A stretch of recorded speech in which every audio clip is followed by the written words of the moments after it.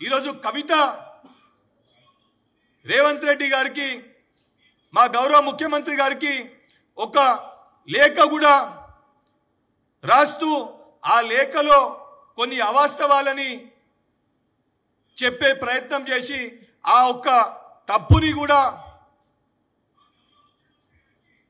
ఆ యొక్క తప్పుని ఏదైతే తప్పుడుగా ఈ తెలంగాణ రాష్ట్రంలో ఉన్న యువకులని తప్పుదో పట్టించే ప్రయత్నము కల్వకుంట్ల కవిత గారు చేస్తున్నారు.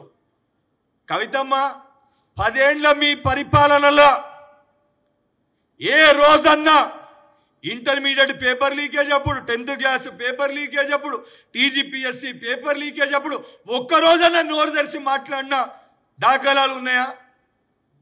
కనీసము యువకులు ఆత్మహత్యలు చేసుకుంటే ఏ ఒక్క కుటుంబాన్నన్నా పరామర్శించి ఒక భరోసాని ఒక ధైర్యాన్ని ఇచ్చే ప్రయత్నం అన్న నువ్వు చేసినావా అమ్మా? చెయ్యని నువ్వు, మాట్లాడని నువ్వు, ఆ రోజు నీ సారా వ్యాపారంలా, ఆ రోజు నీ లిక్కర్ దందాలా ఏ రకంగా డబ్బుని దాచుకోవాలి, డబ్బుని దోచుకోవాలని ఒక చిత్తశుద్ధి తప్ప తెలంగాణలో ఉన్న యువకుల పట్ల నీకు గాని నీ కుటుంబ సభ్యులకి చిత్తశుద్ధి ఉండేనా? ఒక్కసారి నువ్వు పునరాలోచించుకోవాలని చెప్పి మీడియా ద్వారా నేను కోరుతున్నా. ఈరోజు సెంటర్ల గురించి నువ్వు మాట్లాడినావు నీ లేఖల. 46 సెంటర్లు ఉన్నాయి, 47 సెంటర్లు ఎట్లయితే అని చెప్పని కనీస అవగాహన లేదు. సెంటర్ల ఏర్పాటు కోసము టీజీపీఎస్సీ అడిగేది కూడా ఆ సంబంధించిన జిల్లా కలెక్టర్ని. టీజీపీఎస్సీ సెంటర్లను ఏర్పాటు చేసుకోదు. టీజీపీఎస్సీకి గ్రౌండ్ స్టాఫ్ ఉండదు. సెంటర్ల నిర్వహణ కోసము సెంటర్లను ఏర్పాటు చేయమంటే సంబంధించిన రెవెన్యూ అధికారులు, ఆ సంబంధించిన మున్సిపల్ అధికారులు ఆ జిల్లా కలెక్టర్ పరిధిలో సెంటర్లని ఏదైతే ఎన్ని సెంటర్లు ఏ రకంగా ఎగ్జామ్ నిర్వహించగలుగుతారని చెప్పి ఆ సెంటర్లో ఫెసిలిటీస్ అన్నిటినీ కూడా తీసుకొని ఆ రిపోర్ట్ని టీజీపీఎస్సీకి కలెక్టర్ గారు సమర్పించడం జరుగుతుంది. ఆ సమర్పించిన సెంటర్లో బెంచులు లేకపోయినా, ఇన్ఫ్రాస్ట్రక్చర్ ఇబ్బంది ఉన్నా, ఉన్న స్ట్రెంత్కి ఆ 46 సెంటర్లు సరిపోకపోతే ఒకటో రెండో మూడో ఎన్ని సెంటర్లు అయితే అన్ని సెంటర్లు యువకుల యొక్క కన్వీనియన్స్ కోసము సెంటర్లని పెంచుకోవడం జరుగుతుంది. ఇది కేవలం ఈ రిక్రూట్మెంట్లో కాదు, గతంలో మీరు నిర్వహించిన ఏ రిక్రూట్మెంట్ అన్నా ఒక్కసారి మీరు తిరిగేసుకొని చూసి ఆధారాలతోటి మాట్లాడాలే తప్ప ఏది పడితే అది మాట్లాడి బురద జల్లే ప్రయత్నం చేస్తే సమాధానం చెప్పడానికి మేము సిద్ధంగా ఉన్నాము. టీజీపీఎస్సీ కూడా అది ఒక ఇండిపెండెంట్ బాడీ, వారు ఏ రకంగా నిర్వహించాలో వాళ్ళు నిర్వహిస్తారు. కానీ తెలంగాణ రాష్ట్రంలో ఉన్న యువకులని విద్యార్థులని తప్పుదో పట్టిస్తే అది మనకి కానీ సమాజానికి మంచి కాదు. కవిత గారు ఆ ఆలోచనతోటి ఆ బాధ్యతతోటి వివరించాలని చెప్పి సహచర శాసన మండలి సభ్యునిగా మీకు నేను సూచిస్తున్నాను. రెండో విషయము, టీజీపీఎస్సీ చాలా క్లియర్గా సంఖ్య గురించి మీరు మాట్లాడారు. ఇది అఫీషియల్ డాక్యుమెంట్. మళ్ళీ ఇదేదో మీరెందుకు టీజీపీఎస్సీ పైన ఎక్స్ప్లెనేషన్ ఇస్తున్నారని చెప్పి మన బీఆర్ఎస్ పార్టీ నాయకులు మాట్లాడతారు. టీజీపీఎస్సీ గురించి, ఆ సంబంధించిన ఎగ్జామినేషన్స్ గురించి, ప్రాసెస్ గురించి న్యాయపరంగా కోర్టులో ఉన్నదానిపైన టీజీపీఎస్సీ ఆ సంబంధించిన వాళ్ళ స్టాండింగ్ కౌన్సిల్ వాళ్ళు దానికి వివరణ ఇస్తారు, దానికి ఎక్స్ప్లెనేషన్ ఇస్తారు. కానీ పబ్లిక్ డొమైన్లో ఉన్న విషయాల గురించి కూడా తప్పుడుగా రాసి యువకులని విద్యార్థులని మీరు తప్పుదో పట్టిస్తున్నప్పుడు ఒక బాధ్యత గల శాసన మండలి సభ్యునిగా మీకు ఈ విషయాల గురించి అవగాహన లేదు కాబట్టి అవగాహన కల్పించాలనే ఉద్దేశంతో నేను ఈరోజు ఈ ఎక్స్ప్లెనేషన్ ఈ ప్రెస్ మీట్ని పెట్టడం జరిగింది. ఇది టీజీపీఎస్సీ రిలీజ్ చేసిన వెబ్ నోట్. ఇది అఫీషియల్ పబ్లిక్ డొమైన్లో ఉంది. 27/10/2024 ఈ వెబ్ నోట్లో పాయింట్ నెంబర్ 4 చాలా క్లియర్గా ఏమని రాసిర్రు? The figures pertaining to the number of candidates who appeared for the mains examination are collected from the chief superintendents of the examination centers on the go when the examination was in progress and subject to minor variations if any. అంటే exam నిర్వహిస్తున్నప్పుడు ఆ superintendents దగ్గరికి వెళ్ళి తీసుకున్న ఒక లెక్కని ఇప్పుడు చెప్పడం జరుగుతుంది. తర్వాత అన్ని డేటా కూడా తీసుకొని ప్రాపర్ లెక్కని బయటికి ప్రకటించడం జరుగుతుందని చెప్పి చాలా క్లియర్గా టీజీపీఎస్సీ రిలీజ్ చేసిన ఒక వెబ్ నోట్. అయితే మీకు ఈ విషయాలు తెలిసని ఉండాలి. తెలిసి కావాలని చెప్పి రాజకీయ కోణంలో మీ స్వార్థపూరిత రాజకీయాల కోసము విద్యార్థులని తప్పుదో పట్టించి కావాలని చెప్పి నీ డ్రామారావు చెప్పిన మాటలకి నీ అన్న చెప్పిన మాటలకి నువ్వు తైతకలాడుతున్నట్టు చాలా స్పష్టంగా నీ యొక్క రాసిన లేఖతోటి చాలా స్పష్టమవుతుంది. మరొకటి, ఉమెన్ సెంటర్స్ గురించి మీరెక్కడున్నో మాట్లాడుతూ ఎందుకు ఒకటే ఉమెన్ సెంటర్ పెట్టిరని చెప్పి కోటి ఉమెన్స్ కాలేజ్ గురించి మాట్లాడినాం. అమ్మ, మొత్తం సెంటర్లలో ఉంది ఒక ఉమెన్ సెంటర్ కాదు.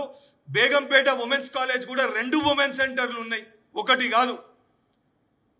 ఎన్ని ఉన్నాయి ఏమున్నాయి అని చెప్పి తెలుసుకొని లేఖ రాసినప్పుడు కానీ బయట మాట్లాడేటప్పుడు కానీ కనీస అవగాహనతోటి ప్రవర్తించాలి. ఆ అవగాహన లేకుండా ఏది పడుతుంది ఒకటే ఉమెన్ సెంటర్ ఉందని చెప్పి మాట్లాడినాం. 2 ఉమెన్ సెంటర్లు ఉన్నాయి. ఇంకొకటి, మాస్ కాపీయింగ్ జరిగిందని చెప్పి మాట్లాడుతున్నాం. సిగ్గుండాలని కొంచెమన్నా. కోటి ఉమెన్స్ కాలేజ్లో హైదరాబాద్ నడిబొట్టున హైదరాబాద్ సెంటర్లా హై సెక్యూరిటీ ఒక రెప్యూటెడ్ కాలేజ్, అందులో ఉన్నదంతా రెగ్యులర్ ఫ్యాకల్టీ, అనేకమైన ఎగ్జామినేషన్స్ నిర్వహించారు. అందులో ఉన్నదంతా కూడా ఉమెన్ స్టాఫ్. వాళ్ళందరూ కూడా ఎగ్జామినేషన్ వెయిచిల్కు అభ్యర్థులు ఎగ్జామ్ రాసినప్పుడు ఎగ్జామినేషన్ సెంటర్లో కాపీయింగ్ జరిగితే ఇరుగు పొరుగున్న స్టూడెంట్స్ కనీసం వెళ్ళి ఈ సెంటర్లో కాపీయింగ్ జరిగిందని సంబంధించిన పోలీస్ స్టేషన్లో కానీ మీడియా దగ్గర కానీ బయట కానీ ఎక్కడన్నా మాట్లాడకుండా ఉంటారా అమ్మా? కనీసము ఆ ఆలోచన లేకుండా అసొంటిది ఏది కూడా జరగలేదు. ఈరోజు మహిళలకి ఎక్కువ మంది క్వాలిఫై అయితే కూడా మీరు జీర్ణించుకోలేకపోతున్నారు. సగటి మహిళవి నువ్వు. ఈరోజు పెద్ద ఎత్తున ఈ గ్రూప్ 1లో మహిళలకి ఉద్యోగాలు వచ్చే ఒక అవకాశం ఉంది, మహిళలు క్వాలిఫైడ్ అని అంటే మీ తండ్రే మహిళలకి వ్యతిరేకం అని అనుకున్నా. ఈరోజు దీన్ని జీర్ణించుకోలేక, దీన్ని తట్టుకోలేక మహిళలని ఏదైతే చిన్నగా చూపించి ఈరోజు మీరు ప్రవర్తిస్తున్న తీరుని యావత్ తెలంగాణ రాష్ట్రంలో ఉన్న మహిళలందరూ కూడా తీవ్రంగా ఖండించే ఒక పరిస్థితి ఉంది. ఈరోజు చాలా స్పష్టంగా మీకేమన్నా ఆధారాలు ఉంటే, మీకేమన్నా ఎవిడెన్సెస్ ఉంటే, నిన్న కోర్టుకి సంబంధించిన ప్రొసీడింగ్స్ని కూడా చాలా క్లియర్గా ఆ ప్రొసీడింగ్స్ని కూడా నేను వర్చువల్గా చూడడం జరిగింది. ఆ ప్రొసీడింగ్స్లో నాకున్న అవగాహన మేరకు న్యాయస్థానం మాట్లాడుతున్న సమయంలో చాలా క్లియర్గా ఎవరో ఒక స్టూడెంట్ పబ్లిక్ డొమైన్లో ఒక ఫేక్ మెమోని పెడితే ఆ ఫేక్ మెమోని తీసుకొని ఆ స్టూడెంట్ని కేసులో ఇంప్లీడ్ చేయకుండా ఆ మెమోని బేస్ చేసుకొని మీరు దాన్ని పెట్టడం జరిగింది. రేపు పొద్దున మీరు ఇట్లా ఏదన్నా సబ్జెక్ట్ టు కరెక్షన్ ఇప్పుడు ఇసొంటి ఏవన్నా మీరు ఫేక్ మెమోలు పెట్టి మీరు దాన్ని న్యాయస్థానంలో పెడితే మీరు చేసిన తప్పు పనికి ఒక విద్యార్థిని బలయ్యే ఒక పరిస్థితి ఉంది. గతంలో కూడా తెలంగాణ ఉద్యమ సమయంలో ఇదే రకంగా యువకులని తప్పుదో పట్టించి అనేకమైన విద్యార్థులు పాపం యువకులు ఆ రోజు చనిపోతే వాళ్ళ ఒక బలిదానాల పైన మీరు మీ కుటుంబాలు రాజభోగం మీరు అనుభవించిర్రు. మళ్ళీ ఈ రోజు కూడా కవిత నువ్వు ఉద్దేశపూర్వకంగా విద్యార్థులని రెచ్చగొట్టి యువకులని రెచ్చగొట్టి రాజకీయ లబ్ధి పొందే ప్రయత్నం చేస్తున్నావు. ఇది మంచిది కాదు అని నిన్ను హెచ్చరిస్తున్నా. ఇసొంటి యొక్క చర్యల్ని తక్షణమే మానుకోవాలి, ఇది మంచిది కాదు అని చెప్పి సూచిస్తూ నిన్ను హెచ్చరిస్తున్నా. దానితో పాటు మీ చిత్తశుద్ధిని కూడా పదే పదే మేమిచ్చిన నోటిఫికేషన్లు మీరు నియామక పత్రాలు ఇచ్చారు, మేమిచ్చిన నోటిఫికేషన్లు మీరు నియామక పత్రాలు ఇచ్చారు అని చెప్పి మాట్లాడుతారు. నేను కేవలము టీజీపీఎస్సీకి సంబంధించి కొన్ని లెక్కలు చెప్పాలని అనుకుంటున్నా. హార్టికల్చర్ ఆఫీసర్ సంబంధించిన notification number 24. Notification was given in the year 2022. Number of post notified 22. అదేవిధంగా drug inspector notification number 21. Notification was given in the year 2022. Number of post notified 18. Assistant executive engineer agriculture notification number 12. Notification given in the year 2022. Number of posts notified 100. Assistant Executive Engineer Mechanical. Notification number 12. Notification was given in the year 2022. Lab Technicians Grade 2. Notification number 67. Notification was given in the year 2017. Lab Technicians Grade 2. Notification number 67. Notification was given in the year 2017. Physiotherapist notification number 58. Notification was given in the year 2017. Number of posts notified 52 for physiotherapist. Lab technicians 325. Physical education teachers notification number 16. Notification was given in the year 2017. Itla 2017కి వెళ్ళి మొదలు పెడితే 2022 వరకు TGPSC పరిధిలోనే సుమారు 24 నోటిఫికేషన్లు number of post notified 14,714 పోస్టులు. 2017 ఇచ్చిన notification ఆ రోజు నోటిఫికేషన్ ఇచ్చి ఎగ్జామ్ పెడితే అటు ఉద్యోగం వస్తుందా రాదా, నియామక పత్రాలు ఇయ్యక బాధ్యతతోటి వ్యవహరించాల్సిన మీరు పట్టించుకోక, టీజీపీఎస్సీ ఆ రోజు పట్టించుకోకపోతే ఇంటర్వ్యూని టీజీపీఎస్సీని డైరెక్ట్ చేయాల్సిన మీరు కేవలం మీ కుటుంబ సభ్యుల కోసము మీ కోసము బాధ్యత లేకుండా వ్యవహరించి 2017 ఇచ్చిన నోటిఫికేషన్ 18, 19, 20, 21, 22, 23 7 సంవత్సరాలు ఎగ్జామ్ రాసిన యువకునికి ఉద్యోగం వస్తుందని చెప్పి వేచి చూడన్నా, లేదా ఇంకొక ఉద్యోగానికి ప్రిపేర్ కావన్నా, లేదా ప్రైవేట్ ఉద్యోగానికి పోవన్నా, ఉద్యోగం వచ్చింది నా పిల్లగానికి అని చెప్పుకున్న వాళ్ళ తల్లిదండ్రులు ఊర్లో తలెట్లెత్తుకొని తిరగాలి.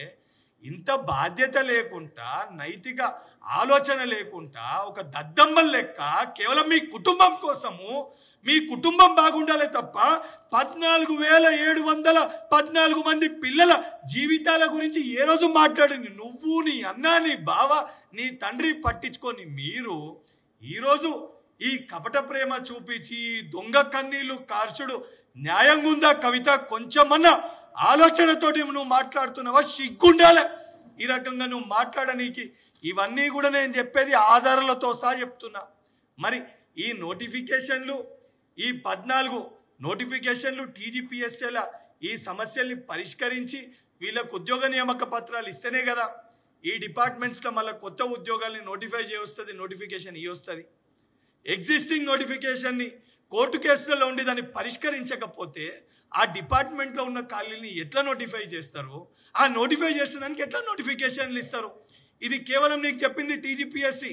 ఇదే రకంగా ఇతర డిపార్ట్మెంట్స్లో కూడా మీరు అదే రకంగా నోటిఫికేషన్లు ఇచ్చి రూల్స్ ఫ్రేమ్ చేయకుండా నామమాత్రంగా తూతూ మంత్రంగా నోటిఫికేషన్లు ఇచ్చేసి మేము ఉద్యోగాల్ని భర్తీ చేసినాము, మేము ఇచ్చిన నోటిఫికేషన్లకి మీరు ఇచ్చిరని చెప్పి మాట్లాడుతున్నారు. అవును, మీరు నోటిఫికేషన్లు ఇచ్చి అవగాహన లేకుండా, ఆలోచన లేకుండా వేలాది మంది విద్యార్థులతో ఎగ్జామ్ రాయిపించి ప్రైవేట్ రంగానికి పోకుండా, ఆ ఉద్యోగం ఇవ్వకుండా, వాన్ని ఎట్టుగాకుండా ఆ విద్యార్థుల జీవితాల్ని మీరు నాశనం చేస్తే, భేషజాలాలకి పోకుండా, ఎవరు నోటిఫికేషన్ ఇచ్చిరని చెప్పి ఆలోచించకుండా ఆ వేలాది మంది యువకులకి ఒక భరోసాని, వాళ్ళని నమ్ముకున్న లక్షలాది మంది వాళ్ళ కుటుంబ సభ్యులకి ఒక ధైర్యాన్ని ఇచ్చి బాధ్యతతోటి ఆ కోర్టు కేసు చిక్కుముళ్లనన్నింటినీ పరిష్కరించి నియామక పత్రాలు అందించిన ప్రభుత్వం మా ప్రజా ప్రభుత్వం, కాంగ్రెస్ ప్రభుత్వం. అది మా చిత్తశుద్ధి.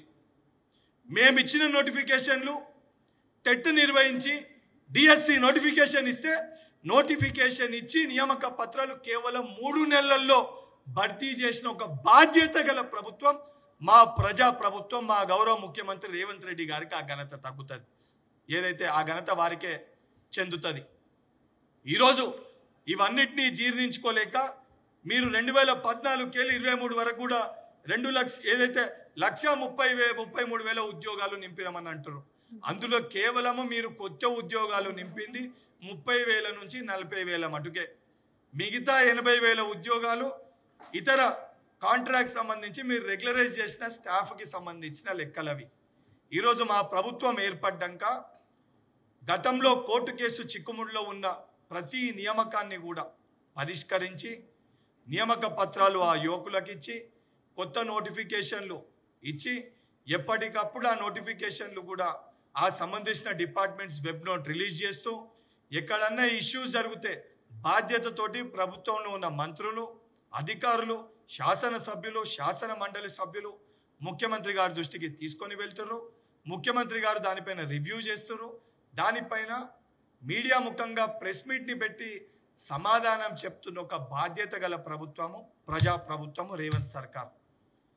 మీరు చెయ్యలేంది 10 ఏళ్ల మీ పరిపాలనలో ఏ రోజు కూడా రిక్రూట్మెంట్ గురించి ఏ విలేకరులు అడిగినా, ఏ ప్రెస్ మీట్ నిర్వహించినా, ఏ ఒక్కసారి కూడా అవకతవకలు జరిగిన వాటిపైన ప్రశ్నించినా మాట్లాడని ఒక వ్యక్తి కల్వకుంట్ల చంద్రశేఖరరావు. అవన్నీ ఆయనకి తెలుసు కాబట్టే ఆయన చేయలేకపోయింది ఈరోజు రేవంత్ రెడ్డి గారు చేస్తుర్రు. నేను బయటికి వెళ్తే తెలంగాణ ప్రజలు నన్ను చెప్పులతోటి కొడతారని ఒక భయంతో కనీసం అసెంబ్లీకి కూడా మీ తండ్రి వస్తలేడు. అది మీ పరిస్థితి.